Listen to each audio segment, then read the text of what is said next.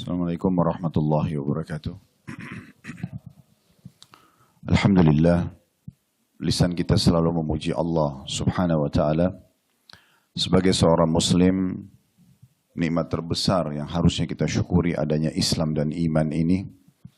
Karena dengan Islam dan iman kita jadi mengenal siapa Tuhan kita Allah. Siapa yang telah menggantikan siang dan malam, mengatur alam semesta ini, mengatur populasi manusia, hewan-hewan, dan merawat serta mengurus semua yang terjangkau atau tidak terjangkau oleh mata kita. Dan juga kita jadi tahu bagaimana berhubungan dengan Tuhan kita Allah. Kita tahu mana perintah dan mana yang dilarang, mana yang halal yang dibolehkan dan mana yang dilarang atau yang haram, sehingga kita bisa menikmati yang halal dan meninggalkan yang haram. Dan juga nikmat yang lain seperti kesehatan, kesempatan, mungkin yang punya pasangan hidup, keturunan dan segala macam hal yang akhirnya roda kehidupan di muka bumi ini bisa berjalan. Allah subhanahu wa ta'ala perintahkan kita untuk menikmati dan bersyukur kepadanya. Oleh karena itu jadilah orang yang selalu membasahi lidah dan bibirnya dengan kalimat Alhamdulillah. Selanjutnya kita panjatkan salam hormat kita kepada utusan Allah Nabi besar Muhammad sallallahu alaihi wa alihi wa sahbihi wasallam. Sebagaimana Allah telah perintahkan kita untuk mengucapkan salam hormat kepada beliau. Dan sebagai balas jasa 23 tahun dari masa hidup beliau semuanya dihabiskan untuk agama ini. 13 tahun di Mekah semuanya dengan hinaan, cacian dan puncaknya diusir dari kampung halamannya. Dan kita tahu betapa pedihnya orang kalau diusir dari kampung halamannya. Dan 10 tahun fase Madinah semuanya penyempurnaan agama. Sehingga akhirnya sampailah kepada kita apa yang Allah subhanahu wa ta'ala inginkan dari hamba-hambanya. Dari mengerjakan perintah dan meninggalkan larangan melalui jasa beliau. Pertama-tama tentunya saya pribadi memberikan dukungan kepada semua teman-teman yang coba di celah-celah kesibukan di kantor seperti ini masih bisa membuat program untuk pengajian. Jadi menuntut ilmu ini, Bapak Ibu sekalian, menuntut ilmu agama ini bukan pilihan, tapi ini sebuah kewajiban buat kita semua. Jadi memang kita butuh untuk panduan hidup. Kita perlu tahu mana yang Allah perintahkan, mana yang wajib, mana yang sunnah. Dan mana yang Allah larang dari yang haram ataupun makruh. Dan mana yang sebenarnya juga dibolehkan untuk roda kehidupan kita bumi ini yang mubah. Sehingga kita bisa melengkapkan kehidupan kita. Kata Nabi SAW dalam sebuah hadis yang sahih, talabul ilmi faridatun likulli muslim. Menuntut ilmu agama itu wajib bagi setiap muslim. Kita lebih butuh Bapak Ibu sekalian duduk belajar seperti ini daripada makanan pada saat kita sedang lapar, daripada minuman pada saat kita sedang dahaga, daripada obat pada saat kita sedang sakit, tempat tidur pada saat kita letih. Agama lebih dibutuhkan.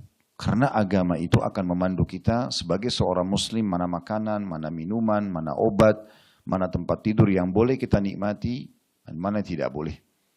Agama ini bukan pilihan sekali lagi, bukan opsional, tapi wajib hukumnya.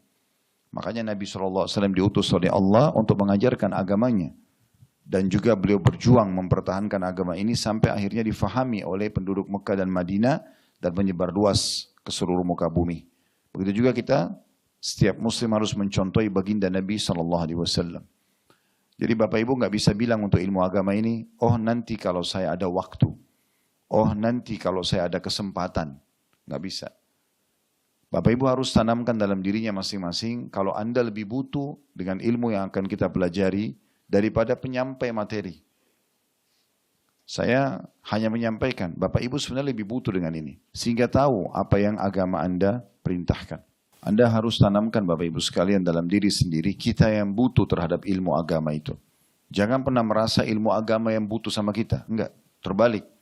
Kita yang tahu, kita ingin tahu siapa Tuhan kita itu, kenapa Allah tidak kelihatan. Ya, apa saja bukti-bukti kalau Allah Azza wa Jalla ini Allah pencipta memang itu ada.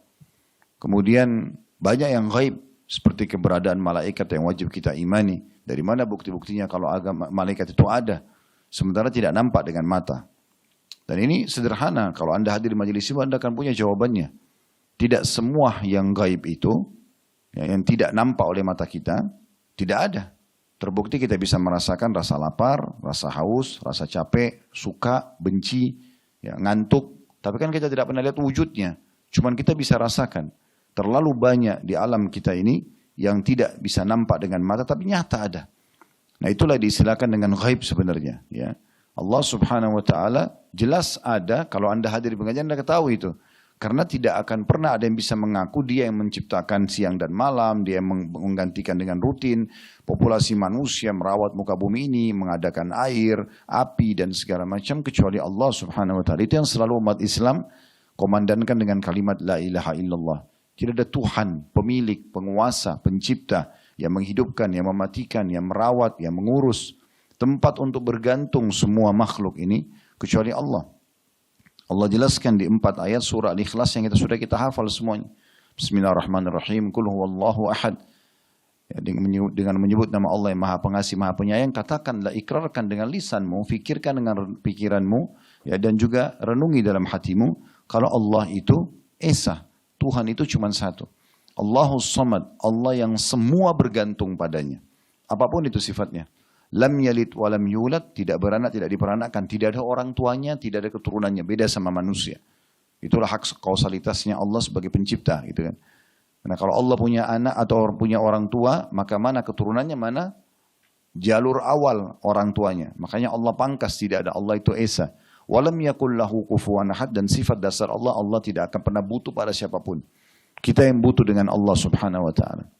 Fakta cukup banyak, seperti teman-teman di rumah sakit begini. Pernah berpikir gak merenungi bagaimana bayi yang ada di rahim ibu itu? Dari mana dia? Bukankah dia cuma setetes sperma yang kalau tidak digunakan, dibuang oleh laki-laki? Dibuang begitu saja. Dia habis hubungan biologis sama istrinya, tidak diperlukan, dicuci, dibuang. Tapi itulah sumber manusia sebenarnya. Pernah kita berpikir gak? Ternyata yang dibuang itu yang dianggap setelah orang klimaks, maaf. Itu seperti bukan bahan berharga, itulah manusia, itulah kita.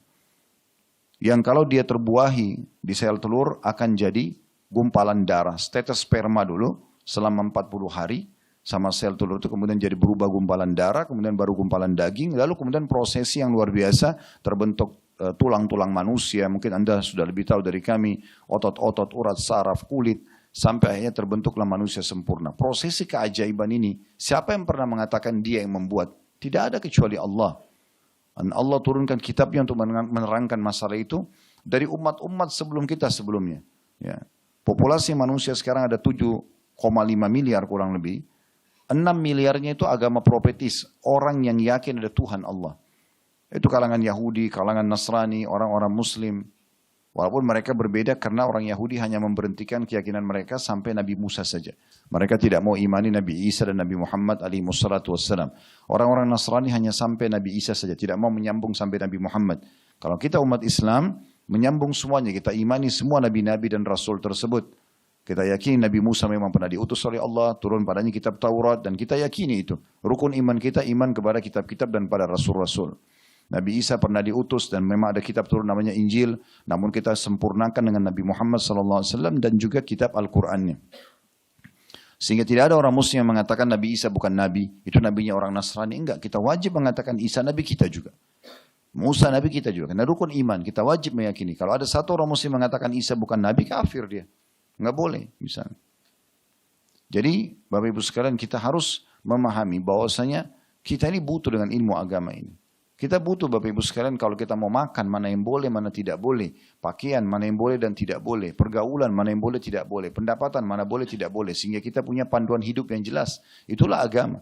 Dan semua yang dalam agama Allah SWT yang dihalalkan dan yang dibolehkan, itu pasti baik.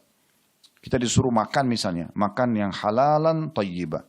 Yang halal dibolehkan dan thayyibah. Berkualitas.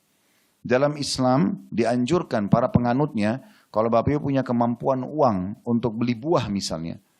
Ada buah anggur kualitas A, super, harganya 200.000 per kilo. Dengan ada anggur B, kualitasnya lebih bawah dari itu, harganya 100.000 per kilo. Tapi Anda mampu beli yang 200.000. Anda boleh menikmati yang 200.000 itu, karena menikmati yang halal dan thayyibah berkualitas. Bahkan bisa pahala kalau kita niatkan ingin menikmati nikmat Allah subhanahu wa ta'ala. Itulah teguran Nabi SAW kepada seorang sahabat yang masuk masjid. Kemudian rambutnya berantakan, bajunya kumuh, penampilannya sangat buruk. Nabi SAW tanya dia, Pertanyaan pertama, kau punya harta nggak? Dia bilang ada ya Rasulullah. Apa harta kamu? Disebutin sama dia. Saya punya unta, saya punya kuda, saya punya domba. Di masa itu orang ini kayak punya mobil mewah di masa sekarang. Karena itu adalah harta yang sangat besar.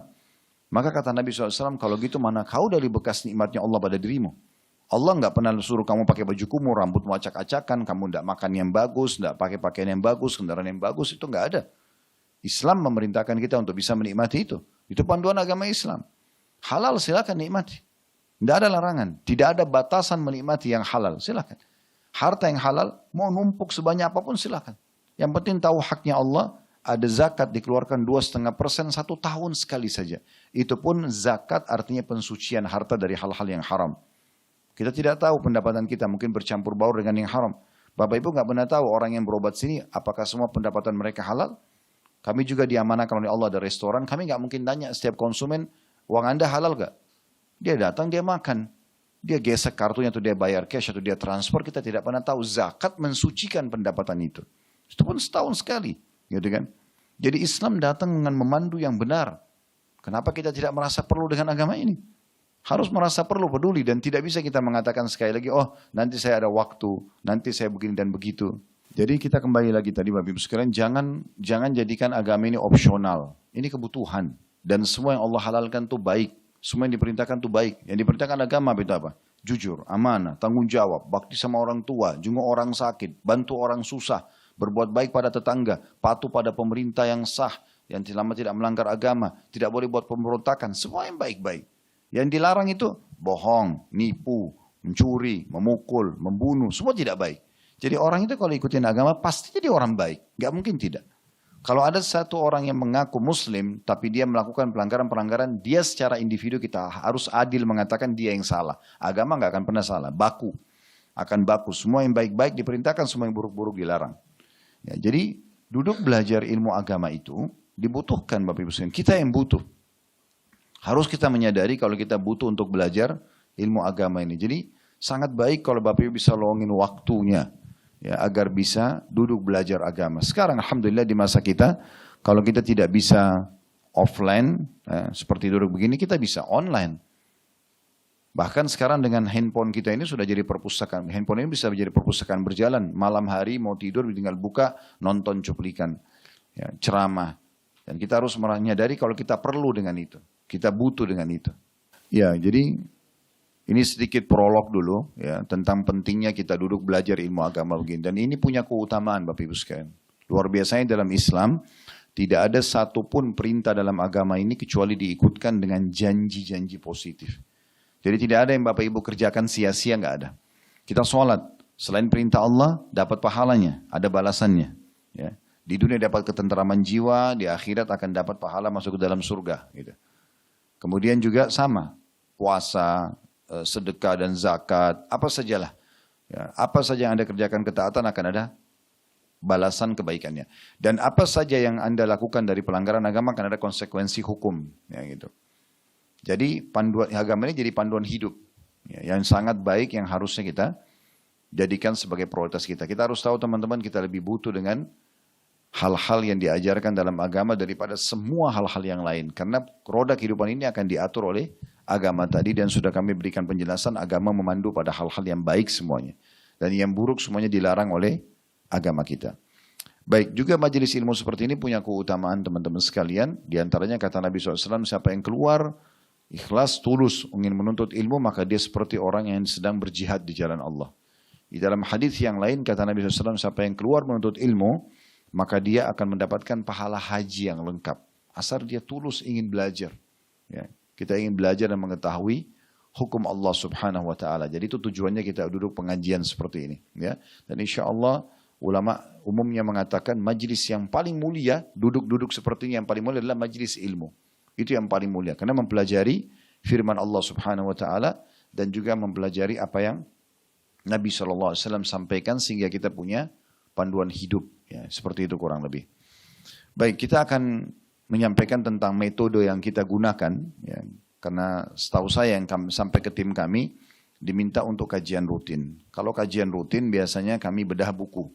Nah, di tangan Bapak Ibu tadi kami sudah bagikan bukunya dan ini pemilihan tentang masalah azab dan nikmat kubur, bedah buku Syekh Hussein bin Auda Al-Awaisi atau Al-Awaisah ya. Itu terbitan pustaka Imam Syafi'i.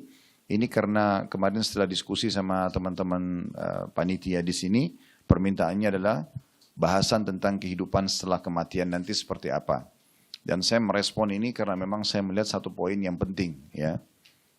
Baik, kita akan membedah buku insya Allah bab demi bab, satu persatu nanti sampai selesai ya.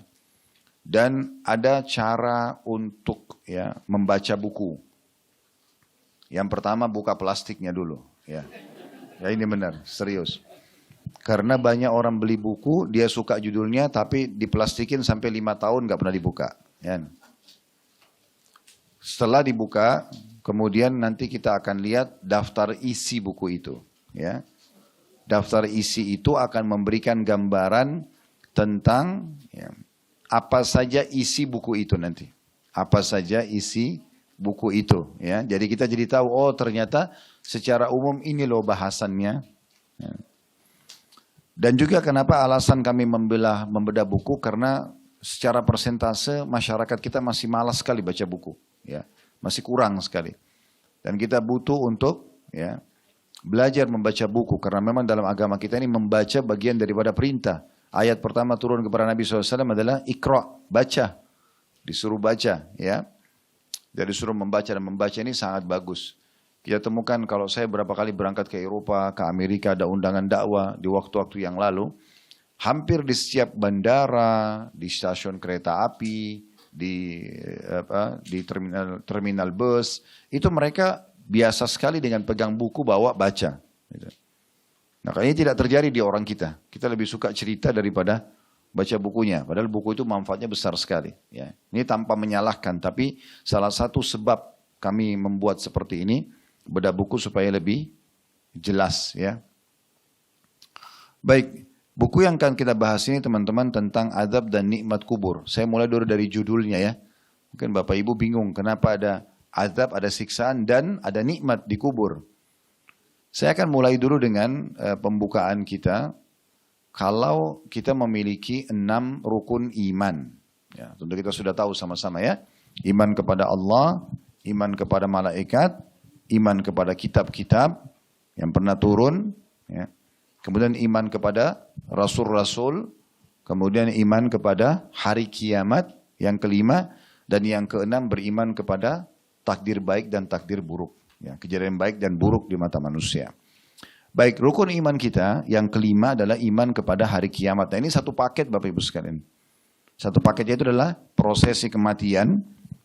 Mungkin tidak asing kita biasa mendengar ada kerabat kita meninggal, atau bahkan ada yang menyaksikan langsung meninggal. Mungkin di rumah sakit begini juga tidak asing, ada ibu lagi melahirkan meninggal atau bayinya meninggal. Nah ini dibahas dalam Islam dengan sangat rinci. Prosesi kematian itu apa yang sedang terjadi, sehingga manusia itu tadinya bisa ngomong, bisa melihat, tiba-tiba nggak bisa. Ya, itu namanya mati, diringkaskan dengan 4 huruf ini. Nah itu ada penjelasan dalam agama, dalam rukun iman kita yang kelima. Jadi ada prosesi kematian, setelah kematian kemana ruh itu? Yang tadinya bisa menggerakkan jasad ini kemana dia? Ada namanya alam barzah. Ya. Alam barzah itu yang biasa kita bawa jenazah ke kuburan. Nah disitulah alam barzah. Dalam Islam kita kalau lewat kuburan dianjurkan mengucapin salam, mendoakan mayit. Ya. Di antara doa yang kita dianjurkan, Assalamualaikum ahlal kubur. Semoga keselamatan tercurahkan buat kalian wahai penghuni kuburan. Ya. Wa atakum ma tu'adun, telah datang bulan apa dijanjikan untuk kalian, gadan muajjalun, sampai hari kebangkitan nanti, wa inna insyaallah bikum lahiqun, dan kami pasti akan menyusul kalian. Mohon maaf, doanya begini, Assalamualaikum ahlul kubur, semoga keselamatan tercurahkan untuk kalian penghuni negeri orang-orang penghuni kuburan, yakfirullahu lana wa lakum, semoga Allah memaafkan kami dan memaafkan kalian, antum salafuna wa nahnu bil athar, kalian telah mendahului kami dan kami akan menyusul kalian. Ini diantara doa. Kalau Bapak Ibu ketik di Google doa ziarah kubur misalnya, maka akan keluar itu ajarannya. Jadi kita kalau lewat kuburan itu bukan kalau mungkin mata orang hidup gundukan tanah sama batu nisan, sebenarnya di dalam itu ada kehidupan. Makanya kita ucapin salam. Dalam doa yang lain Nabi SAW ajarkan, Assalamualaikum ahlad diyari minal muslimina wal mu'minin. Semoga keselamatan tercurahkan untuk kalian wahai penghuni negeri orang-orang muslim dan orang-orang mukmin. Wa inna insyaallah bikum lalahiqun. Kami dengan izin Allah akan menyusul kalian. As'alullaha lana wa lakumul afiyah. Aku memohon kepada Allah untuk kami dan untuk kalian keselamatan. Dalam riwayat lain, Assalamualaikum dara qaumin mu'minin. Semoga keselamatan tercurahkan untuk kalian wahai penghuni negeri orang-orang beriman. Wa atakum ma tu'adun. Telah datang kepada kalian apa yang telah dijanjikan. Gadan mu'ajjalun, sampai hari yang telah ditentukan hari kiamat. Wa inna insyaallah bikum lahikun. Dan kami insyaallah akan menyusul kalian. Jadi itu rangkaiannya. Meninggal, apa yang terjadi? Ruhnya dicabut oleh malaikat, kemudian lalu pindah ke alam barzah, kuburan tersebut. Nah di kuburan ini, itu ada penjelasan khusus, nanti akan kita bahas. Ini satu buku ini khusus membahas masalah itu. Kejadian apa sebenarnya di kuburan? Apa yang terjadi di sana?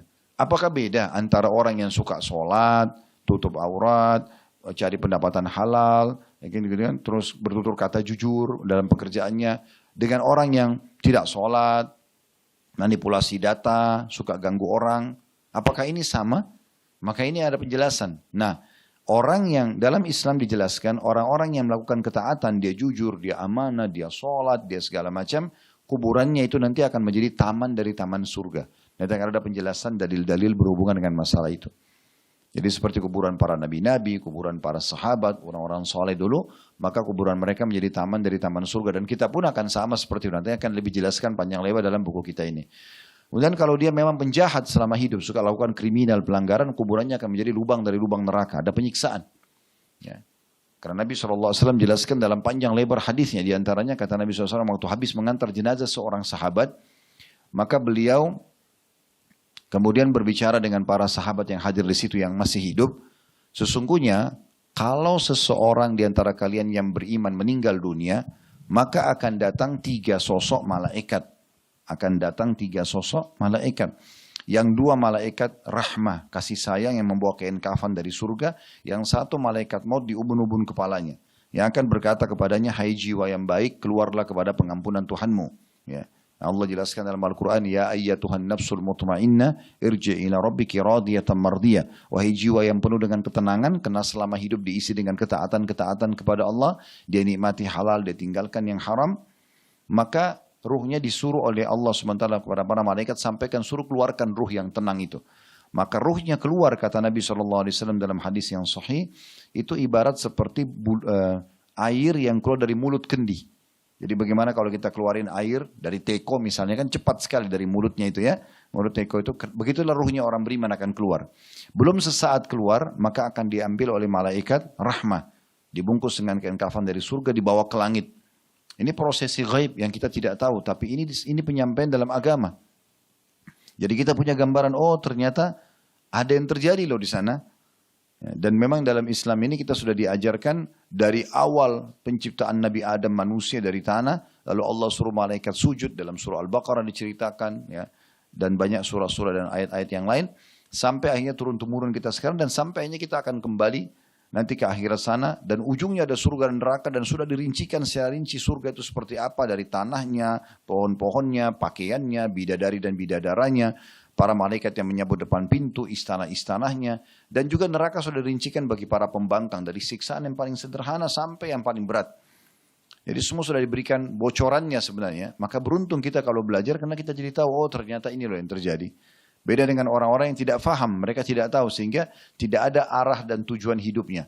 Dia tidak perlu tahu mana halal, mana haram, karena bagi dia tidak ada hukuman nanti atau tidak ada balasan dari kebaikan dia.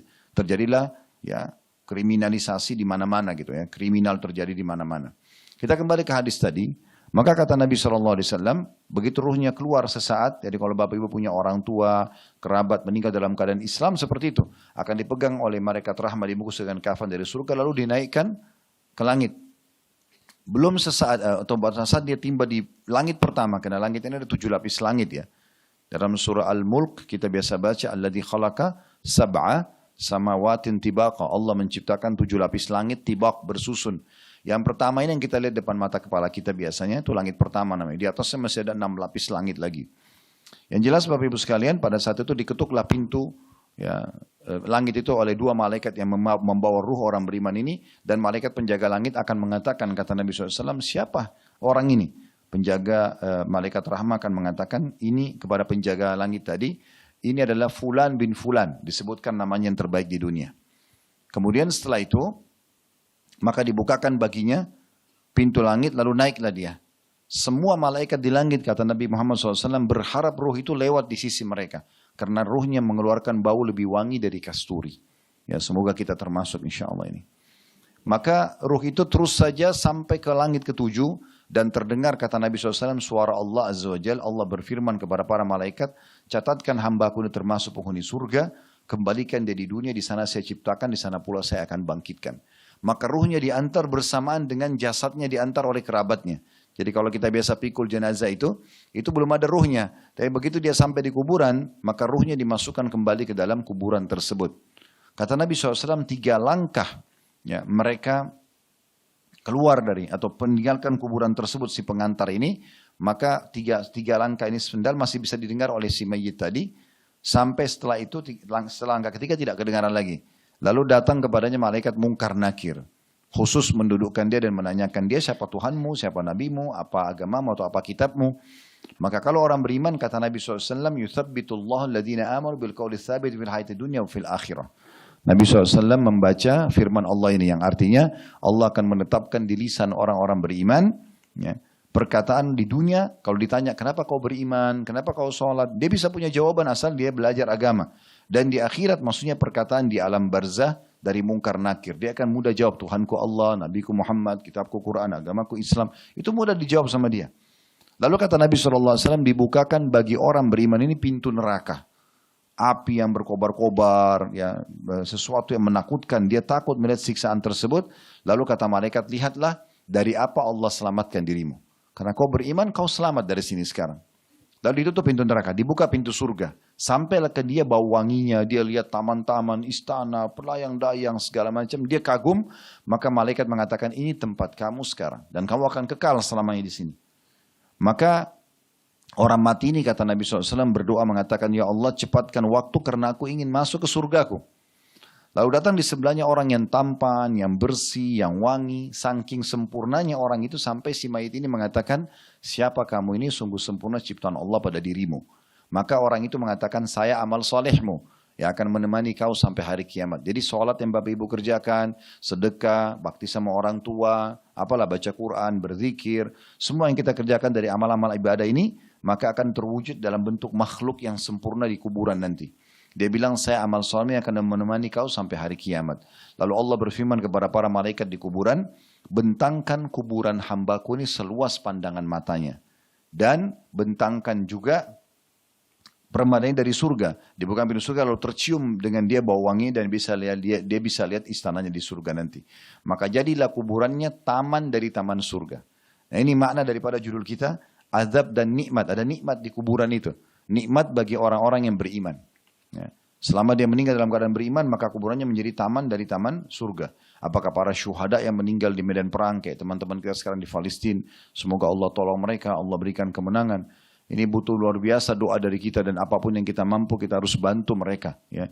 2 juta lebih saudara kita di Gaza sekarang yang betul-betul lagi dibombardir, mereka butuh sekali bantuan dari kita. Ya. Insya Allah mudah-mudahan kita minimal bantu dengan doa. Kalau ada kumpulan donasi yang terbuka bisa juga Anda ikut misalnya ya. Karena kita tidak mungkin menggunakan jasad kita sampai pemerintah kita sendiri yang izinkan. Kalau tidak maka kita tidak bergerak gitu kan. Maka ini penting. Tapi mereka yang meninggal mati syahid itu adalah mati yang mulia. Dan mati-mati yang lain. Kuburannya jadi taman dari taman surga. Kemudian kalau orang kafir terbalik kata Nabi SAW akan datang kepadanya 3 sosok malaikat. 2 malaikat penyiksa membawa kain kafan dari neraka dan 1 malaikat maut di ubun-ubun kepalanya. Yang akan mengatakan kepadanya, hai jiwa yang busuk keluarlah kepada murka Tuhanmu. Maka ruhnya tidak mau keluar kata Nabi SAW. Ruhnya berserakan di tubuhnya. Maka malaikat maut akan menarik dengan keras. Ibarat seperti bulu domba yang dibasahkan lalu dililitkan di pohon berduri kemudian ditarik dengan keras sehingga berantakanlah bulu domba itu.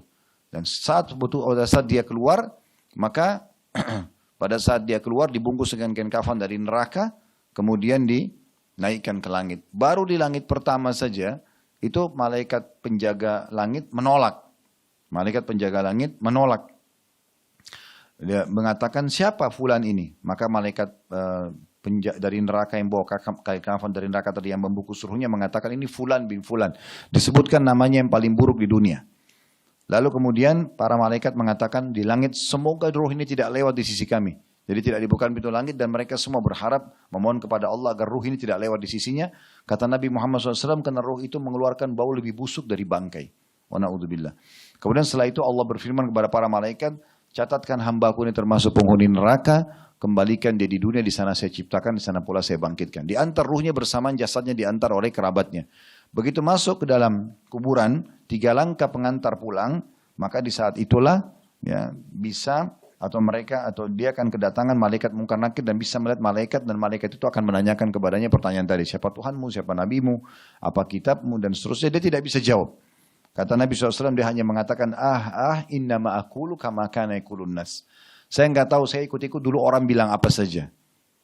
Kata Nabi SAW, kalian akan diuji dalam kuburan kalian dengan pertanyaan tentang siapa aku. Dan orang beriman akan menjawab, dia adalah utusan Allah. Dan ada orang-orang kafir mengatakan, saya tidak tahu, saya cuma ikut-ikut orang bilang apa. Saya pernah dengar sih. Gitu. Nah kemudian setelah itu, dibukakan baginya pintu surga. Dia melihat keindahan yang luar biasa. Dan dia kagum, kata malaikat, lihat dari apa kau haramkan dirimu. Harusnya kau bisa masuk ke sini, cuman kamu yang gak mau. Ditutup, dibuka pintu neraka. Sampai kepadanya bau busuknya, panasnya. Dia ketakutan, kata malaikat, ini tempat kau sekarang dan kau tidak akan pernah bisa selamat darinya.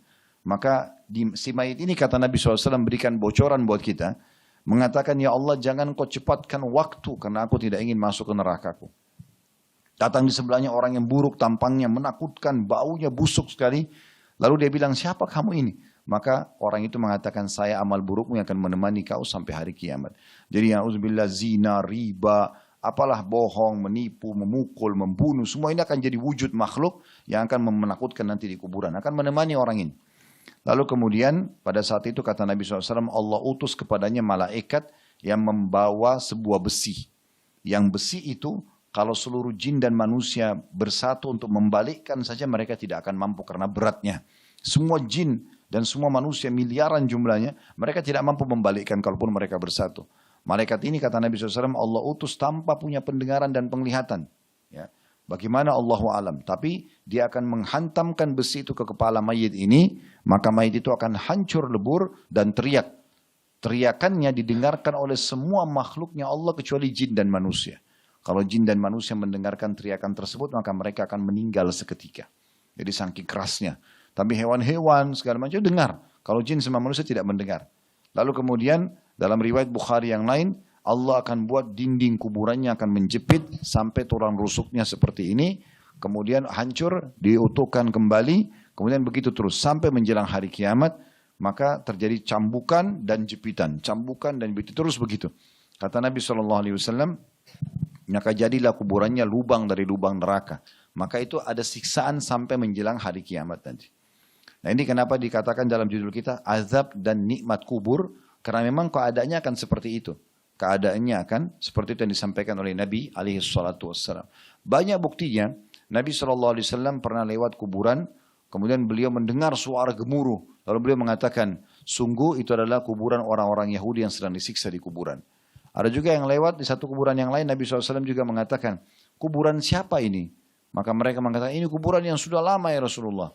Kata Nabi SAW, sesungguhnya ya kalian akan dihukum atau disiksa oleh Allah SWT di kuburan tergantung daripada kadar kesalahan yang ada.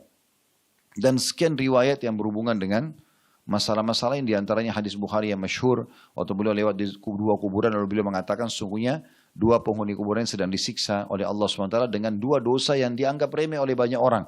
Tapi dia bagian dari dosa besar. Yang satu tidak cebok pada saat kencing, ya, sehingga najis gitu kan. Dan yang satu itu suka menyebarkan adu domba. Nah ini yang banyak orang anggap remeh, tapi itu penyebab siksa kubur. Dan sekian banyak dalil yang berhubungan dengan masalah ini. Ya. Jadi memang ada penyampaian-penyampaian dalam agama berhubungan dengan masalah alam barzah. Nanti akan panjang lebar kita jelaskan dalam buku kita ini. Nah nanti di saat sangkakala ditiup trompet nanti di hari kiamat, Allah sebutkan dalam Al-Quran, فَإِذَا نُفِخَ فِي السُّورِ. Pada saat sangkakala ditiup, ya nanti ada tiupan sangkakala 2 kali. Tiupan pertama mematikan semua makhluk di muka bumi ini yang tersisa menjelang hari kiamat nanti. Tiupan kedua kebangkitan lagi. Kata Nabi SAW, Allah akan menghancurkan semua jasad kalian dengan tanah itu kecuali tulang ekor kalian yang darinya Allah akan bangkitkan kalian nanti. Ya, dalam sebuah hadis Allah akan turunkan hujan yang membasahi tulang-tulang ekor kita dan kita akan tumbuh kembali memiliki jasad lagi. Cuma memang jasadnya, paras wajah kita seperti sekarang, cuman postur tubuhnya sudah berubah. Karena jasad ini kan sekarang cuma kendaraan yang kita pakai di dunia ya. Yang gerakin sekarang kan ruh. Nanti kalau kita dibangkitkan kita akan dikasih jasad yang baru dengan paras wajah yang sama. Cuma bedanya postur tubuhnya seperti Nabi Adam alaihissalam. Kata Nabi SAW karena akan dibangkitkan dengan postur ayah kalian 60 siku ke langit. Nabi Adam itu 27,5 meter tingginya. Dan kata Nabi SAW manusia akan terus memendek sampai menjelang hari kiamat nanti. Tapi di hari kiamat setelah dibangkitkan itu akan kembali kepada postur awalnya atau asalnya. Jadi kalau ada yang bilang dulu ada manusia raksasa, memang manusia itu besar sekali dulu. 27,5 meter itu seperti sebuah building besarnya gitu kan. Nah itu semua akan terjadi dan sudah diinformasikan oleh Nabi SAW. Nah setelah itu dibangkitkan nanti, orang akan berdiri di masing-masing belakang nabinya Bapak Ibu sekalian. Pengikut Nabi Muhammad dengan sama Nabi Muhammad SAW, pengikut Nabi Isa, pengikut Nabi Musa, semua sama nabi-nabinya. Dan di setiap pengikut ini nanti ada yang beriman, ada yang kafir. Nah yang beriman Allah akan berikan cahaya di hari kiamat nanti. Dan juga orang yang kafir akan Allah berikan kelam dan wajah mereka gelap. Sehingga bisa berbedakan mana yang beriman, mana yang kafir. Dan kita termasuk umat Muhammad SAW ini dianjurkan memperbanyak wudu ya. Kalau batal wudu lagi, kalau batal wudu lagi. Karena wudu itu nanti salah satunya akan menjadi cahaya yang terang pada hari kiamat. Kata Nabi SAW, aku ingin sekali menemui saudara-saudaraku. Kata para sahabat, ya Rasulullah, kami saudara-saudara Anda. Kata Nabi SAW, bukan. Karena inilah sahabat-sahabatku. Saudara-saudaraku yang datang sepeninggalku nanti. Setelah aku meninggal baru mereka datang. Ya kita-kita ini, karena kita tidak bertemu dengan Nabi. Apa kata para sahabat, ya Rasulullah, bagaimana Anda mengenal mereka nanti? Sementara Anda tidak ketemu sama mereka di dunia. Ketemunya nanti di mahsyar. Kata Nabi SAW, bukankah seseorang yang memiliki kuda di bagian keningnya berbulu warna putih dan di keempat kakinya berbulu putih? Dia bisa mengenal kuda ini dibandingkan atau kalau kuda itu sedang berada di kelompok kuda-kuda yang semuanya berkulit hitam. Kata para sahabat, tentu ya Rasulullah. Kalau semuanya kuda warna hitam, tapi ada satu kuda yang di dahinya bulunya itu, rambutnya sama empat kakinya, semuanya berwarna putih. Bisa kelihatan gak dibandingkan kuda-kuda lain? Kata para sahabat, tentu ya Rasulullah. Kata Nabi SAW, begitulah umatku nanti akan datang hari kiamat, mengeluarkan cahaya di mahsyar itu dari tempat-tempat uduk mereka. Lalu kata Nabi SAW, siapa yang bisa memperpanjang uduknya, ya, memperlama maksudnya, batal uduk lagi gitu kan, lakukanlah. Begitu juga dengan jangkauan yang minimal, misalnya sampai telapak tangan dilebihkan, siku dilebihkan, gitu, mata kaki dilebihkan ke atas. Maka itu kelebihan itu akan disebut dalam sebuah hadis, perhiasan seorang mukmin akan memenuhi tempat-tempat yang tersentuh dengan air wuduknya misalnya. Kemudian setelah itu akan ada timbangan amal. Kita sudah hafal semua, "Faman ya'mal mithqala dzarratin khairan yarah." Siapa yang berbuat seperti biji sawi dari kebaikan akan diperlihatkan. "Wa man ya'mal mithqala dzarratin syarran yarah." Siapa yang berbuat seperti biji sawi dari keburukan akan diperlihatkan, akan kena hukumannya. Ditimbang amal baik, amal buruk. Dan Allah menjelaskan dalam banyak firman yang lain gitu kan. "Faman thaqulat mawazinu faulaika." Siapapun yang berat timbangannya nanti hari kiamat, baik itu yang baik maka dia akan beruntung. Yang buruk maka dia akan rugi. Ya, tentang masalah timbangan amal. Setelah timbangan amal akan dibentangkan nanti neraka. Semua kita akan menyaksikan neraka nanti. Dan dibentangkan sirat, sebuah jembatan di atas neraka yang sudah diberikan bocorannya dari sekarang oleh Nabi SAW kepada kita. Bahkan dari 1400 tahun yang lalu. Sirat itu adalah sebuah jalan yang sangat tipis, lebih tipis dari rambut, lebih tajam dari pedang, ya, dan juga sangat licin, menggelincirkan. Di kiri kanannya ada duri-duri, ya, yang menyambar. Kata Nabi SAW seperti duri sa'dan. Duri sa'dan itu sebuah pohon di daerah padang pasir. Durinya itu kayak pengait gitu, ya, dan tajam. Maka dia akan menyambar semua orang-orang yang pantas masuk neraka itu. Nah, orang-orang ahli surga tetap akan lewat di situ. Kata Allah SWT dalam surah Qaf, "Ma minkum illa wariduha." Tidak ada seorang pun dari kalian kecuali pasti akan melewatin sirat itu. Cuman ada orang yang lewat dan semoga kita insya Allah termasuk di golongan pertama seperti kilat.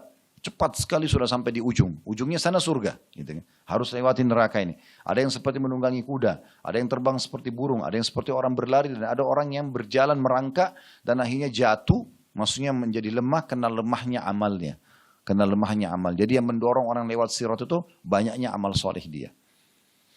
Nah, orang-orang yang layak masuk neraka jatuh dulu ke neraka, dikait oleh kaitan tersebut, masuk neraka. Tujuannya, hikmahnya kenapa kita disuruh lewat neraka, kata para ulama agar orang-orang nanti kalau masuk surga itu selalu bersyukur kepada Allah karena dia tidak masuk ke dalam neraka itu. Dia akan merasa puas sekali dengan surga. Dan setiap orang di antara kita nanti kalau sudah masuk ke surganya Bapak Ibu sekalian insya Allah, maka ada satu pintu di istanahnya itu, yang kalau dia buka dia bisa lihat ke neraka setiap saat. Sehingga dia selalu bersyukur kepada Allah, tidak disiksa di sana. Dan untuk masuk ke dalam surga sederhana. Bagaimana seseorang itu beriman kepada Allah dan dilaksanakan perintah saja. Dan perintah itu ringan sekali. Dan untuk masuk ke dalam neraka lakukan pelanggaran, akan masuk ke dalam neraka dan disiksa. Perintah agama, kalau kita bicara tentang 5 rukun Islam saja, dan Bapak Ibu fokus ke ini saja sudah cukup. Syahadat. Bukan hanya bagi mu'allaf ya, orang baru masuk Islam. Kita pun butuh memahami syahadat ini. Pengucapan kita, asyhadu an la ilaha illallah, aku bersaksi tiada Tuhan yang berhak disembah kecuali Allah, artinya tidak boleh lagi bergantung dan menyembah selain Allah. Nggak boleh lagi pakai jimat, nggak boleh minta-minta ke benda-benda mati, kuburan, patung, nggak boleh, gitu kan? Pohon, keramat dan segala macam itu syirik namanya, menyekutukan Allah. Orang-orang Mekah dulu, mereka yakin Ka'bah rumahnya Allah, tapi mereka juga yakin Tuhan Allah ada, tapi mereka masih datangkan patung-patung, lalu mereka minta sama Allah, minta juga sama patung itu. Ini merusak la ilaha illallahnya. Kemudian, asyhadu anna Muhammad Rasulullah, kita harus yakin bahwasanya Nabi Muhammad SAW adalah utusan dan suri tauladan kita jadikan sebagai suri tauladan kita. Semua cara makan, cara minum, cara tidur, interaksi biologis, apa saja. Berbisnis ya, semua itu kita ikuti Nabi Muhammad SAW sebagai suri tauladan, kita ciplak hidup beliau. Itu makna syahadat. Ini tidak sulit. Kemudian yang kedua salat. Salat 5 waktu ini sering kalau ada yang datang syahadat di kantor kami selalu sampaikan tentang wasiat ini gitu ya. Kalau salat ini sebenarnya kan ada orang sebagian mengatakan saya nggak mau masuk Islam karena terlalu banyak salatnya. Ada sebagian orang begitu mengatakan. Ya, mereka tidak masuk Islam karena dianggap umat Islam kok 1 hari 5 kali salat. Padahal sebenarnya salat ini absensi. Absen, kayak teman-teman kantor gini kan absen. Bangga gak kita teman-teman sekalian? Ini kita bicara lingkup sederhana saja. Kalau ada di antara Anda setiap hari 5 kali dipanggil oleh direkturnya hanya untuk nanyakan kabar kamu bagaimana, kamu butuh apa? Dan dipenuhi kalau kita sampaikan, oh saya lagi butuh untuk anak saya lagi butuh untuk bayar utang saya. Semua dipenuhi 1 hari 5 kali. Itu gimana? Itu sholat begitu absensi. Makanya antara azan dan iqamah itu waktu mustajab. Waktu diterimanya doa. Kita disuruh sampaikan. Apa saja sampaikan. Absen. Dan kata Nabi SAW antara sholat dengan sholat yang lainnya pembersihan dosa di antara keduanya. Kesalahan yang terjadi dimaafkan di saat itu. Tinggal kita bagaimana khusyuk dan ikhlas untuk sholat tadi. Menjaga tata cara, gerakan dan juga bacaan yang benar. Ikuti syarat-syarat yang benar. Maka akan terpenuhi semuanya. Dan ini 5 waktu sholat ini tidak ngambil waktu lama. Ya. Paling lama 10 menit. Ya. Mungkin orang yang soleh banget itu 10 menit sholatnya. Gitu. Subuh 10 menit, duhur, asar, maghrib, isya. Sebentar sekali orang sholat. Kita bicara wajibnya, kita tidak bicara sunnahnya dulu ya. Kita bicara wajib. Sunnah itu tambahan. Bapak Ibu kerjakan, tidak kerjakan itu tidak. Kerjakan dapat pahala, tidak dikerjakan tidak berdosa. Tapi itu pelengkap nanti. Cuma yang sholat 5 waktu ini saja. Kalau 10 menit berarti kita habiskan cuma 50 menit dalam sehari. Sehari full ya, 24 jam. Berarti kita masih punya 23 jam plus 10 menit waktu untuk aktivitas yang lainnya. Ini aja absensi nih. Dan sederhana gerakan sudah kita bisa mudah pelajari, bacaan kita juga mudah hafal gitu. Yang ketiga, zakat. Zakat ini pensucian harta tadi saya bilang cuma setahun sekali. Itu pun memenuhi 2 syarat. Haul, masa setahun. Misalnya Ramadan ke Ramadan. Dan yang kedua nisab, kadar minimalnya 85 gram emas. Kalau kita hitung sekarang misalnya 1 juta 1 gram, berarti kita punya 80 gram emas. Ya. Kalau itu bertahan 1 tahun, tabungan dan investasi kita, dikeluarkanlah 2,5% untuk pensucian harta itu. Setahun sekali. Kalau dalam 1 tahun ini, misalnya 12 bulan ya, Ramadan ke Ramadan. Mulai Ramadan, misalnya mulai kita Syawal, Zulqa'dah, atau Masihinya misalnya Januari ke Januari. Supaya mudah difahami aja. Januari, Februari, Maret, April sampai Desember, semuanya dalam 12 bulan itu, stabil 85 gram emas uang kita atau tabungan atau investasi kita, baru keluar zakat 2,5%. Tapi kalau dalam 6 bulan misalnya berjalan, Januari sampai bulan Juli atau bulan Juni, sempurna nih, 85 gram emas stabil dia, karena kita punya tabungan investasi. Bulan Juli misalnya, bulan ke-7 atau ke-8 turun dari 85 gram emas, karena anak kita sakit butuh biaya sekolah, atau biaya rumah sakit maaf, kemudian biaya sekolah segala macam, atau kita butuh hal mendesak, tiba-tiba di bulan ke-7 turun nisab kita. turun dari kadar 85 gram emas tabungan kita atau investasi kita. Maka nisab atau hitungan haul yang pertama 6 bulan itu dianggap batal. Nanti kita akan mulai hitung lagi nisabnya, kadar minimalnya itu di bulan yang memang stabil sampai 12 bulan ke depan. Yang keempat Ramadan, puasa wajib saja setahun sekali. Ini adalah terapi kesehatan. Puasa adalah terapi kesehatan. 11 bulan kita boleh makan, minum, apa saja. Ya, panas, dingin, asam, pedas. Ini kalau badan kita robot bisa rusak. Gitu. Allah subhanahu wa ta'ala berikan kita terapi setahun sekali. Ramadan sebulan penuh itu untuk kesehatan. Dan mungkin teman-teman di dunia medis tidak asing dengan penelitian di masa kita sekarang. Bagaimana manfaatnya orang puasa. Dan di masa kita sekarang lagi ada ya terapi-terapi kesehatan untuk diet ya dengan puasa, memperbanyak puasa itu kan selalu dilakukan. Karena memang perut kita ini banyak sekali mendatangkan sumber permasalahan. Dan Nabi SAW sudah mengatakan tidak ada bejana yang lebih buruk yang diisi oleh manusia dibandingkan perutnya. Kalau dia tidak kontrol akan jadi penyakit buat dia. Nah Ramadan datang untuk itu. Selain punya keutamaan yang lain, puasa adalah kewajiban, dapat pahala dan seterusnya. Jadi ini setahun sekali saja. Kemudian yang kelima terakhir haji, ini juga bagi yang mampu saja. Sekali seumur hidup. Ya. Kalau sudah sekali dilakukan sudah selesai, gugur dari kewajiban selama dia mampu. Kalau tidak mampu berarti tidak ada kewajibannya. Ini saja 5. Ya, tidak ada yang lain sebenarnya. Maksudnya yang wajib ya. Kalau yang lain sifatnya sunnah itu tambahan. Makanya pernah ada orang satu badui datang kepada Nabi Muhammad SAW lalu berkata begini. Ya Rasulullah, maaf, dia belum masuk Islam. Dia datang ke masjid lalu dia mengatakan, siapa di antara kalian yang bernama Muhammad? Maka Nabi Muhammad SAW waktu itu lagi muttaki itu kayak letakin sikunya di lantai, kakinya ngelonjor gitu, lagi ngobrol santai dengan para sahabat. Maka Nabi SAW mengatakan saya. Lalu orang itu mengatakan, saya ingin bertanya kepada anda, apakah boleh? Kata Nabi SAW, silahkan. Dia bilang baik. Saya ingin tanya, siapa yang meninggikan langit ini? Yang membuat langit seperti ini siapa? Orang itu tanya kepada Nabi Muhammad SAW. Kata Nabi SAW, Allah. Lalu saya tanya lagi, siapa yang menghamparkan bumi? Sehingga bisa cocok tanam di situ, bisa tinggal di atasnya, bisa jalan berpicak, bisa ambil hasilnya. Ini siapa yang menghamparkan bumi? Kata Nabi Muhammad SAW, Allah. Lalu orang itu lagi bilang, siapa yang menancapkan gunung-gunung? Yang banyak gunung berapi, ada gunung batu. Ini siapa yang tancapin? Yang menata semua ini jumlahnya banyak begini. Kata Nabi SAW, Allah. Maka orang itu mengucapkan kata-kata yang membuat Nabi Muhammad SAW tadi lagi santai, tiba-tiba serius. Gitu. Duduk. Karena orang itu bilang, hai Muhammad, saya tanya kepadamu atas nama Allah yang meninggikan langit, yang menghamparkan bumi, yang menancapkan gunung-gunung. Apakah Allah mengutus anda kepada kami? Perkataan ini berat sebenarnya, sangat luar biasa, berbobot. Maka Nabi SAW lagi duduk santai, duduk tiba-tiba. Serius selalu mengatakan iya. Dengan tidak ada keraguan, benar. Maksudnya saya diutus oleh Allah yang telah meninggikan langit, menghamparkan bumi, menancapkan gunung-gunung. Orang ini bilang, saya mau bertanya lagi atas nama Allah yang meninggikan langit, menghamparkan bumi, menancapkan gunung-gunung. Apakah Allah perintahkan kepada anda untuk menyampaikan kepada kami agar kami sholat 5 kali sehari? Subuh, duhur, asar, maghrib, isya? Kata Nabi SAW, iya. Orang ini bilang lagi, saya mau bertanya lagi atas nama Allah yang meninggikan langit, hamparkan bumi, yang menancapkan gunung-gunung. Apakah Allah memerintahkan anda untuk memerintahkan kepada orang kaya kami mengeluarkan hartanya kepada orang miskin kami zakat? Kata Nabi SAW, iya. Dia tanya lagi, atas nama Allah meninggikan langit, menghamparkan bumi, menancapkan gunung-gunung. Apakah Allah memerintahkan anda menyampaikan kepada kami agar kami puasa 1 bulan Ramadan penuh dalam setahun itu? Kata Nabi SAW, iya. Saya tanya lagi atas nama Allah yang meninggikan langit, menghamparkan bumi, menancapkan gunung-gunung. Apakah Allah perintahkan kepada anda untuk menyampaikan kepada kami agar kami haji sekali seumur hidup kami ke Baitullah di Mekah, di Ka'bah? Kata Nabi SAW, iya. Maka orang itu bilang, kalau saya lakukan itu, saya beriman, apa yang saya dapat? Kata Nabi SAW, engkau akan masuk surga. Maka orang itu langsung bilang, asyhadu an la ilaha illallah wa anna Muhammadar Rasul. Syahadat dia.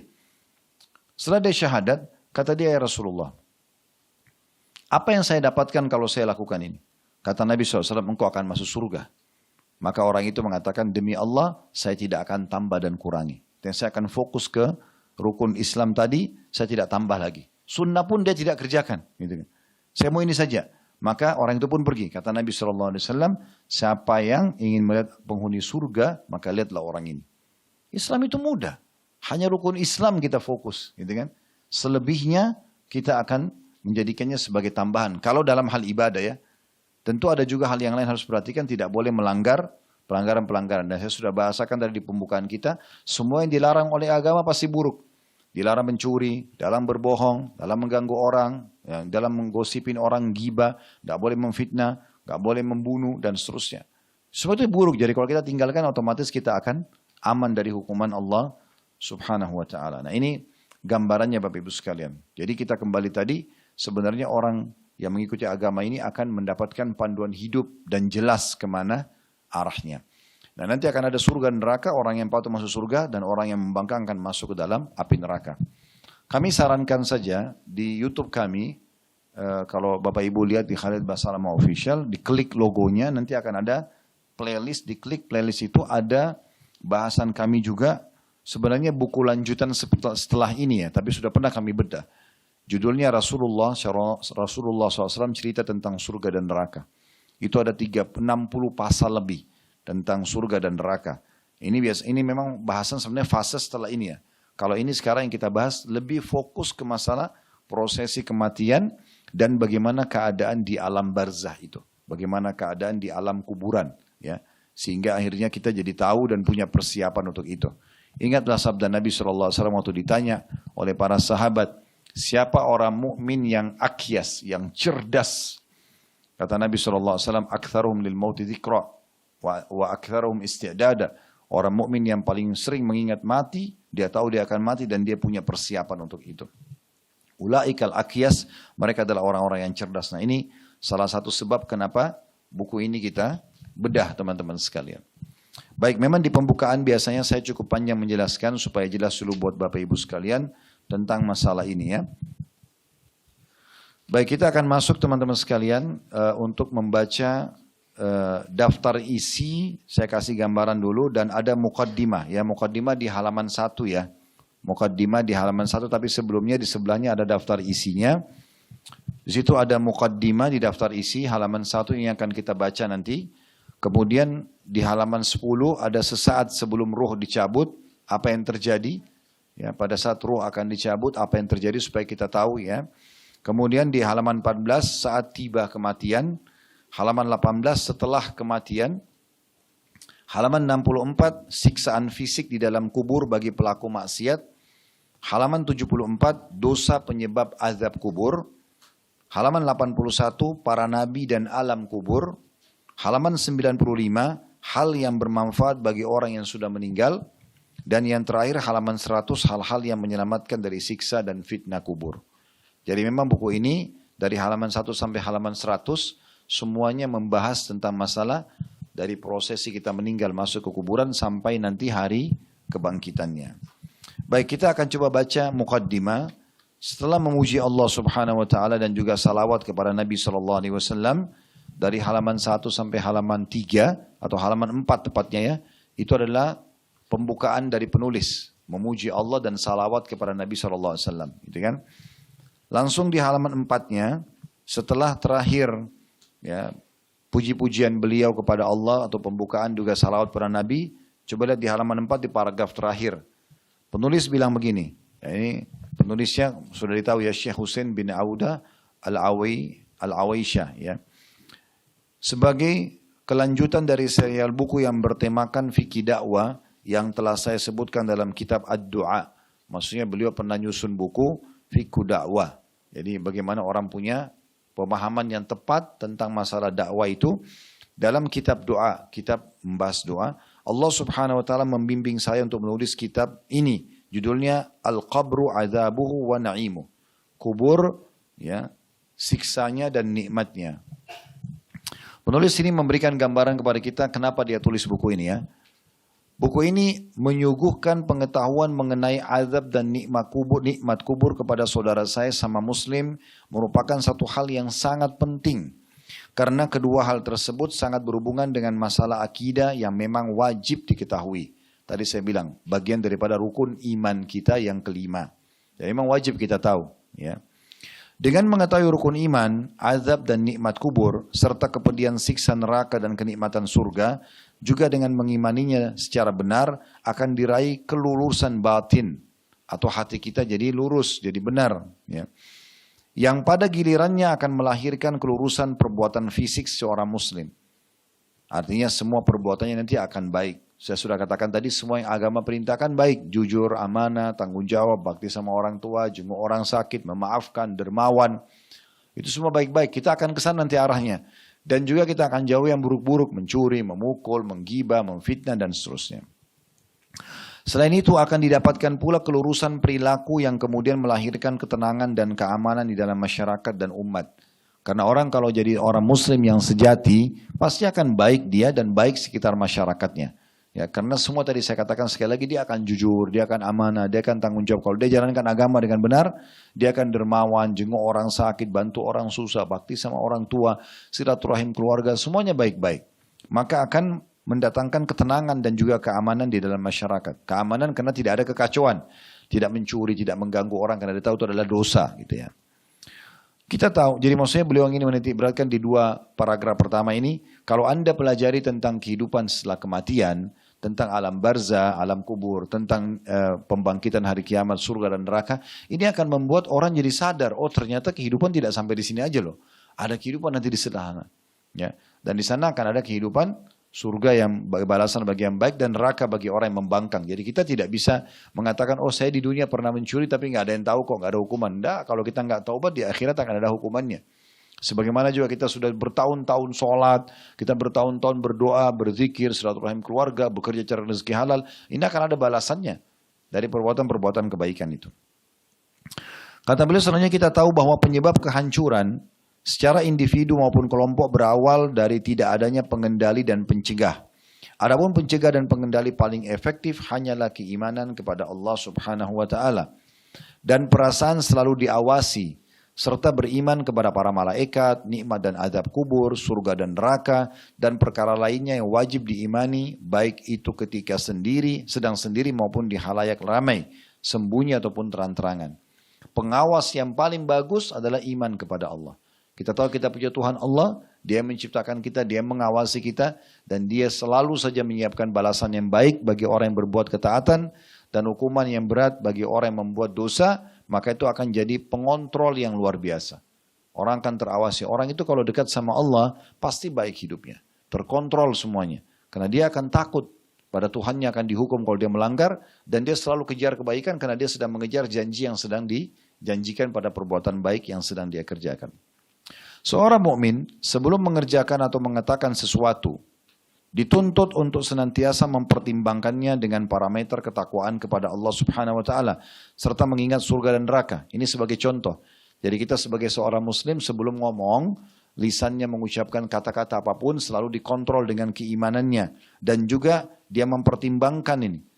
Ini kata-kata saya akan membawa ke surga atau ke neraka. Juga nikmat dan azab kubur. Nanti akan mendatangkan nikmat atau akan mendatangkan siksa di kuburan. Dengan cara seperti ini, tidak ada yang terlihat dari diri seorang mukmin kecuali perbuatan-perbuatan yang baik saja. Nah, jadi manfaatnya Bapak Ibu belajar tentang masalah kematian, kuburan, kehidupan setelah kematian kita lah ya, termasuk ujung nanti surga dan neraka, itu akan membuat kita betul-betul terkontrol, terawasi. Kita merasa kita hanya selalu mengejar apa yang dibolehkan dan mengejar pahalanya dan selalu menjauhi apa yang dilarang. Sudah kami jelaskan dan kami ulangi lagi. Semua yang diperintahkan semuanya baik-baik. Dan semua yang dilarang adalah yang buruk-buruk. Sungguh pun kata beliau, ada perbuatan tidak layak yang dia lakukan dan membuat Allah tidak rela. Maka dia akan merasakan bahwa siksa neraka dan kubur itu lebih dekat kepadanya daripada tari sendalnya sendiri. Jadi kalau dia punya keimanan, kapan dia langgar, misalnya maaf Bapak Ibu, ada orang berzina misalnya. Atau ada orang melakukan dosa apa sajalah. Awal pasti yang datang dalam hatinya ketakutan. Itu sinyal dari Allah Subhanahu wa taala supaya jangan dia lakukan. Tidak ada orang yang mau buat dosa kecuali Allah datangkan sifat atau rasa takut ini. Mau zina masuk ke hotel misalnya, mau ketemu diam-diam yang tidak halal. Beda kalau suami istri. Kalau halal pasti dia akan merasakan ketentraman jiwa. Mau berangkat, mau safar, mau biologis, mau punya anak sekian banyak, gak ada kekhawatiran. Halal sama haram perbedaannya di situ.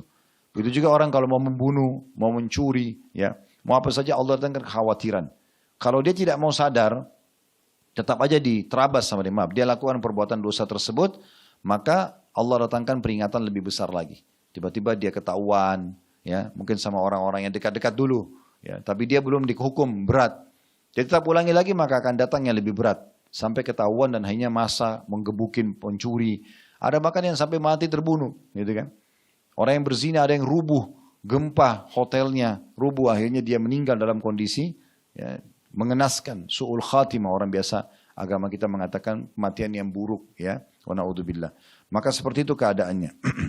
Jadi Allah Subhanahu wa taala sungguh pun kata beliau, ada perbuatan tidak layak yang dia lakukan, misalnya dosa dan membuat Allah tidak rela, maka dia akan merasakan bahwa siksa neraka dan kubur itu akan lebih dekat kepadanya daripada tali sendalnya sendiri. Dan setiap saat Allah akan datangkan rasa takut dan penyesalan sebelum dia kerjakan dan sesudah dia kerjakan, agar dia takut kepada Allah dan takut akan siksaannya.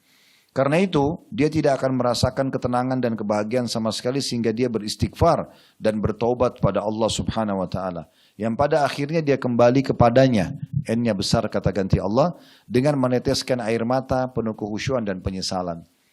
Jadi perlu saya titik beratkan Bapak Ibu sekalian ya, semua sumber permasalahan dalam hidup kita 4 huruf saja. Dosa. Enggak ada sumber yang lain. Permasalahan hidup kita ini semua kalau ada datang ujian, datang segala macam itu dosa. Karena kalau orang taat, secara rasional kayak Anda kerja di perusahaan seperti ini misalnya. Anda patuh ikuti peraturan, ya, selalu on time kalau kerja, memberikan pelayanan yang terbaik segala macam. Anda kan pasti akan dapat prestasi kan. Nama Anda harum, dapat gaji yang dijanjikan, fasilitas yang dijanjikan akan diberikan. Kalau Anda melanggar, maka Anda sangat dekat dengan SP misalnya surat peringatan 1, 2, 3 nanti bisa di PHK misalnya. Nama Anda akan rusak. Nah seperti itu sebenarnya, ini miniaturnya. Di alam semesta ini juga, di kehidupan kita yang lebih luas lagi Allah Subhanahu wa taala berikan seperti itu. Ya. Jadi orang yang patuh akan mendapatkan kebahagiaan, ketenangan jiwa, dan orang yang melanggar akan dapat hukuman-hukuman. Ya. Dan tidak ada cara yang terbaik. Mohon maaf, bagi yang diuji oleh Allah Subhanahu wa taala, mungkin sudah lama ingin menikah, belum menikah. Mungkin sudah lama pengen punya anak, gak dikasih anak. Mungkin sudah lama ingin lebih baik ekonominya, belum dikasih sama Allah SWT. Mungkin ada hal-hal yang membuat dia sumpah, gundah, gelisah. Maka sumbernya adalah dosa. Kita segera kembali kepada Allah Subhanahu wa taala. Kata beliau di situ. Jadi tidak ada yang terbaik bagi orang yang merasakan seperti ini kecuali dia taubat kepada Allah, akhirnya dia kembali kepadanya dengan meneteskan air mata penuh kekhusyuan dan penyesalan. Wudu, sholat, sujudkan kepala, tuangkan semua kepada Allah. Ya Allah, kalau seandainya perkara permasalahan ini karena dosa hambamu, maafkanlah. Ya. Dengan paradigma berpikir yang baik seperti inilah umat Islam dahulu mampu menyebarkan dakwah ya, di penjuru dunia. Sedangkan umat sekarang sama sekali bodoh akan hal yang besar ini. Kecuali karena itu tiada yang mereka dapatkan kecuali kehancuran akhlak dan moral. Karena itu pula umat ini merugi dan dengan hilangnya kebahagiaan dan ketenangan sehingga solidaritas dan kasih sayang antara pemeluknya hilang. Jadi Anda perlu kuatkan apa yang disampaikan di paragraf ini dengan kisah Umar radhiyallahu anhu. Umar itu Bapak Ibu sekalian berkuasa 10 tahun. Dari tahun 13 Hijriah sampai tahun 23 Hijriah. Karena Nabi Muhammad SAW meninggal tahun 11 Hijriah ya. Digantikan oleh Abu Bakar 11 sampai 13, 2 tahun. Nah setelah itu Abu Umar jadi khalifah, 13 sampai 23. Di masa ini, teman-teman sekalian, masa keemasan Islam. Di tahun 15 Hijriah, Umar bin Khattab mengutus Abu Ubaidah bin Jarrah dan Khalid bin Walid untuk ekspansi ke negeri Syam. Sekarang ini, Palestina ya, negara ini, Masjid Aqsa itu diraih di masa Umar bin Khattab. Dan diserahkan kuncinya kepada beliau pada masa itu ya. Tahun 15 Hijriah sampai ekspansi sekitar tahun 19-an Hijriah. Kemudian setelah itu tahun 16 Hijriah beliau utus juga pasukan. Kalau ke negeri Syam 12.000 pasukan. Kalau ke negeri di utara Jazirah Arab. Kalau di timur Jazirah Arab, ya di wilayah Irak, Iran, sekarang Afghanistan, sebagian besar Rusia, dikenal dengan Persia. Tahun 16 Hijriah beliau mengutus Sa'ad bin Abi Waqqas dengan 30.000 pasukan dan berhasil menaklukkan wilayah itu semua sehingga masuk Islam. Di tahun 20 Hijriah, beliau ekspansi lagi ke barat Jazirah Arab, ke Mesir, Afrika Utara, di tangan Amr bin As radhiyallahu anhu dan akhirnya juga takluk di tangan kaum muslimin. Jadi di masa itu betul-betul setengah dunia itu kita kuasai, umat Islam kuasai. Anda tahu, ada beberapa kejadian di masa Umar. Umar bin Khattab itu walaupun jadi raja yang terkenal ditakuti oleh pemimpin-pemimpin dunia pada saat itu, beliau tetap tidur di rumahnya, nggak ada istana khusus. Bahkan seringkali beliau jalan dengan pakaian yang ada di badannya, jalan dengan satu tongkatnya, dan terus keliling setiap hari melihat masyarakatnya ada yang butuh bantuan atau tidak. Tidak pernah beliau tenang. Sampai Umar bin Khattab itu tidak mau tidur malam hari kecuali sudah mengetahui, sudah pasti masyarakat Madinah tidak ada yang butuh dia, baru dia tidur. Kalau enggak dia enggak tidur. Gitu. Karena dia tahu ini adalah tanggung jawab yang besar pada hari kiamat nanti. Satu waktu pernah ada utusan Persia datang, kemudian pada saat datang, dia dibawa ingin bertemu dengan Umar. Dicarilah Umar, tidak ditemukan. Ternyata Umar bin Khattab sedang tidur di bawah sebuah pohon yang dia beralaskan dengan tongkat dia. Ya, beberapa asar menyebutkan ada batu yang dipakai tidur sebagai alas kepalanya. Gitu. Tidur biasa saja. Di bawah teriknya matahari. Istirahat di siang hari. Maka utusan orang-orang Persia itu mengatakan, apakah ini raja kalian? Mereka mengatakan iya. Lalu jawabannya apa? Pantas saja raja-raja di negeri kami takut sama orang ini. Karena orang ini tidak ada pengawal pribadi pun. Orang ini betul-betul mengenal dia punya Tuhan Allah dan dia yakin Allah mengawasi dan menjaga dia, maka dia hidup tenang. Dibandingkan dengan raja-raja yang tidak beriman sama Allah, mereka harus punya banyak pengawal, mendampingi mereka karena tidak ada rasa imannya kepada Allah Subhanahu wa taala. Ya. Satu lagi utusan yang lain membawa hadiah cukup banyak ke Madinah lalu bertemu dengan Umar bin Khattab. Kemudian pada saat itu dia kaget melihat, dia tanya orang-orang Madinah, "Mana istananya Umar, raja kalian?" Maka orang-orang Madinah bingung, istana Umar tidak ada, Umar cuma punya rumah. Lalu kemudian ditunjuklah, kamu lurus ke sebelah kanan, belok lurus semua belok kanan. Datanglah orang tersebut ke arah itu, tidak ditemukan ada orang-orang, semua biasa rumah-rumah masyarakat biasa. Ada satu orang kebetulan lagi jemur baju dan menunggu di bawah pohon. Maka utusan orang Persia ini mengatakan, saya mau tanya hai Muslim, di mana raja kalian yang terhormat, yang mulia Umar bin Khattab? Maka orang yang di bawah pohon itu bilang, ada apa kamu cari Umar?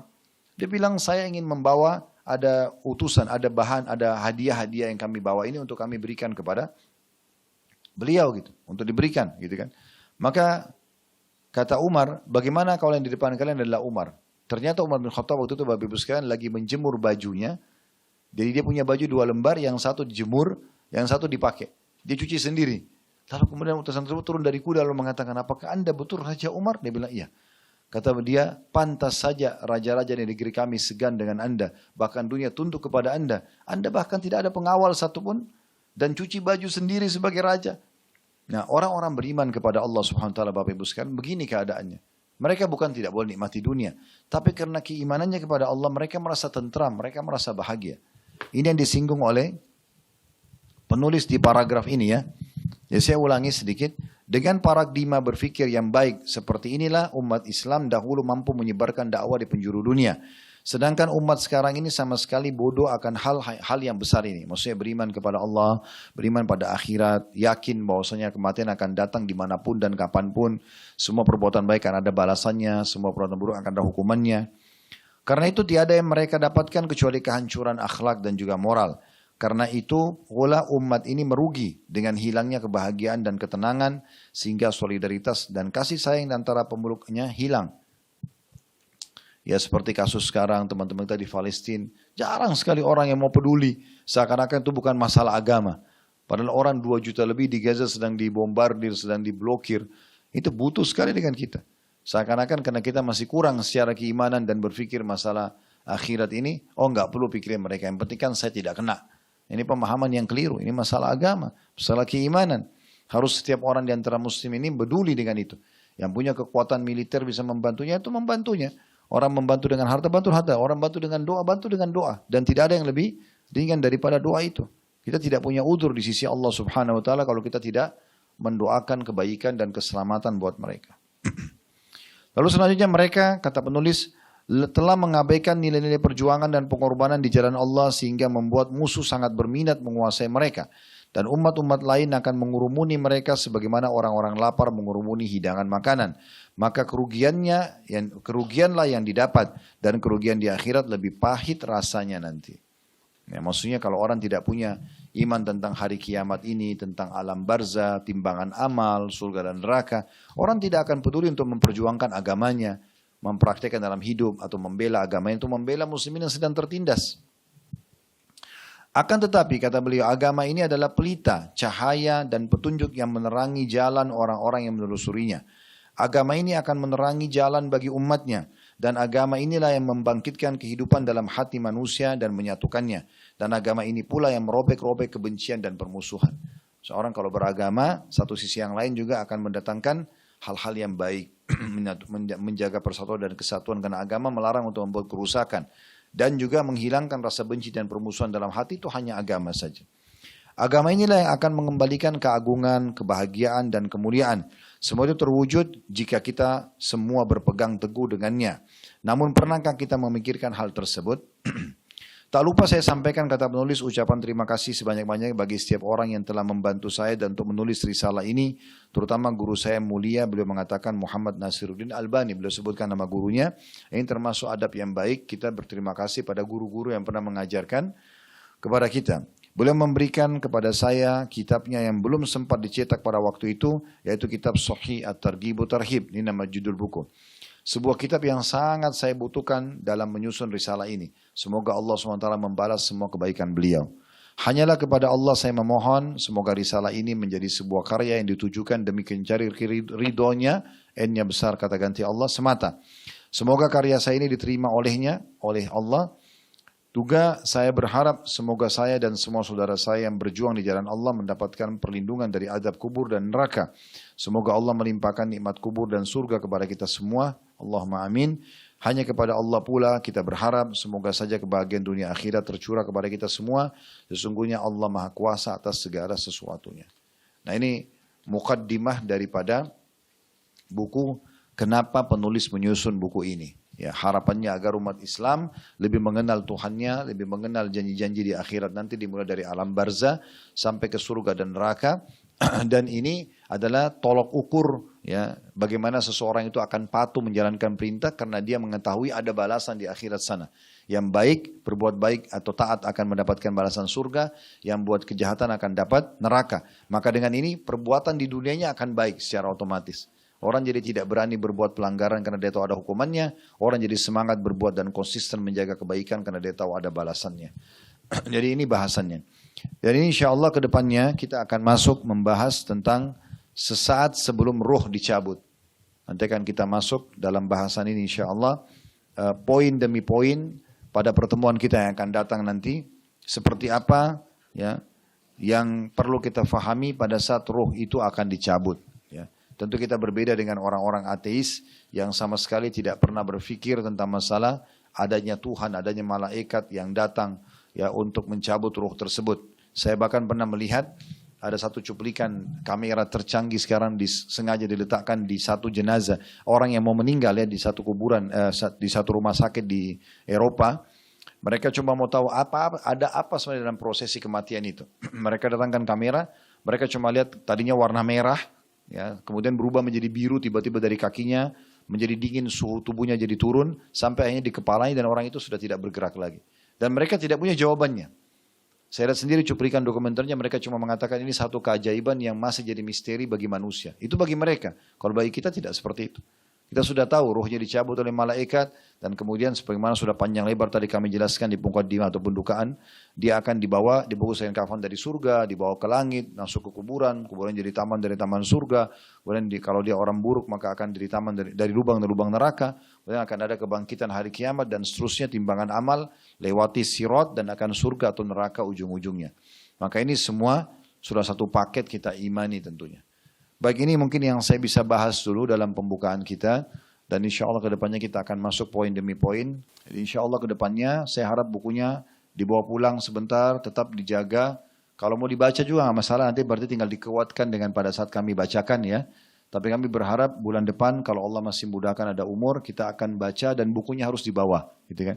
Nanti kita akan ditulis nama masing-masing, kemudian nanti ditandain dan kita kalau ada faedah ditambah misalnya, nanti kita baca bab pertama misalnya, ada faedah tambahan bisa pakai pensil ditulis atau mungkin bawa stabilo diwarnain bukunya, sehingga buku itu bermanfaat dan kita usahakan bedah sampai akhir nih. 100 lembar insya Allah akan kita bedah, Allahu a'lam berapa lama Allah kasih kesempatan, tapi kita akan coba selesaikan insya Allah. Begitu saja kalau ada benar dari Allah, ada salah dari saya mohon dimaafkan. Dan sebelum kita menutup dengan kafaratul majlis, saya mengajak agar kita mendoakan saudara-saudara kita di Palestina. Semoga Allah berikan mereka kemenangan, ketenangan jiwa, Allah hilangkan rasa lapar dan rasa takut dari mereka. Semoga Allah ikhlaskan niat mereka, Allah angkat permasalahan dari mereka, serta Allah juga terima para syuhada mereka dan Allah ikut sertakan kita bersama mereka di pahala, baik dengan doa, dengan harta juga dengan jiwa kita. Dan selalu kita doakan agar negara kita menjadi negara yang aman, tentram, damai, seluruh umat Islam di bawah naungan ukhuwah Islamiyah. Dalam hal ibadah mereka kembali kepada Al-Quran dan Sunnah, dan semoga Allah berikan petunjuk para pemimpin kita untuk menjalankan amanah dengan baik, dan kedepannya selalu Allah berikan pemimpin-pemimpin yang bertanggung jawab, yang baik, yang adil. Kemudian juga Allah SWT jadikan kita masyarakat yang selalu menjaga persatuan dan kesatuan, gotong royong, dan menjaga kemerdekaan ini bersatu padu dengan pemerintah, dan semoga kita menjadi contoh bagi negara-negara yang lain.